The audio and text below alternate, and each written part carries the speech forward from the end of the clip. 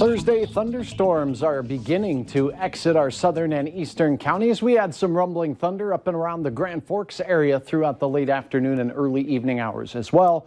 While it's been fairly quiet in the Devil's Lake Basin, only about 1/100 of an inch falling in the rain gauge here in Fargo, with most of the showers staying to our south. That not the case for everyone as showers move through. A few were on the side of severe along the South Dakota border and points south, where you see the orange and yellow colors here. Some heavy rainfall estimates by Doppler radar. Closer to 2 inches near the Britton area there, and just off to the west of Breckenridge, radar's estimating about an inch, where you see the yellows and the greens, noticing that most of it just scooted a little bit to the south of the FM area. Those really blossomed as they went through Sisseton with quite a bit of wind and blew into the southern reaches of Traverse County. In and around Grand Forks, we have rainfall estimates of around an inch in town, but just outside of town in northwest Polk County, 1.6 inches, and closer to 2 inches south of Grafton. These storms really persisted for some time, and this guy up here in Walsh County, a real slow mover, so it definitely brought along some water. As we head to bed tonight, a few showers moving out of Canada, still heading towards the Rock Lake and Langdon area. Let's see what your hour-by-hour forecast shows about where they're going in a moment.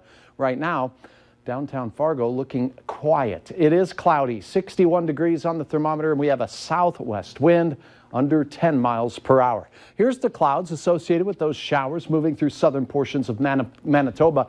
They might make it to the international border with a few sprinkles as we go through the early overnight hours, but all of our rain should be ending here very shortly. By daybreak, temperatures slip from those 60s where we are now into the 50s, where you see the dark colors here. A chance for some patchy, dense fog to start your Friday. So Friday fog first thing in the morning out to the east, and as we go through the mid-morning hours, it just keeps getting better with temperatures on their way up. The wind will be quiet, and we'll see an abundant amount of sunshine during the midday hour. In the afternoon, it will actually feel like summer once again. Pretty nice. Those summer-like temperatures could kick off isolated showers or thunder showers, so we can't rule them out, but as you can see here, our model paints that most of the area will stay clear, will stay dry, and the lack of old arrows on Hutch's weather forecast map means not much in the way of wind. Here are the details for Fargo. First thing in the morning on your way to work, looks like mid-50s. As we get going through the mid-morning hours, we'll be rising through the 70s on our way to close to 80 degrees. The winds southwesterly or westerly, generally less than 10 miles per hour. Then in the evening, can't rule out a sprinkle or thunder shower, but it's more likely not to happen here in the FM area.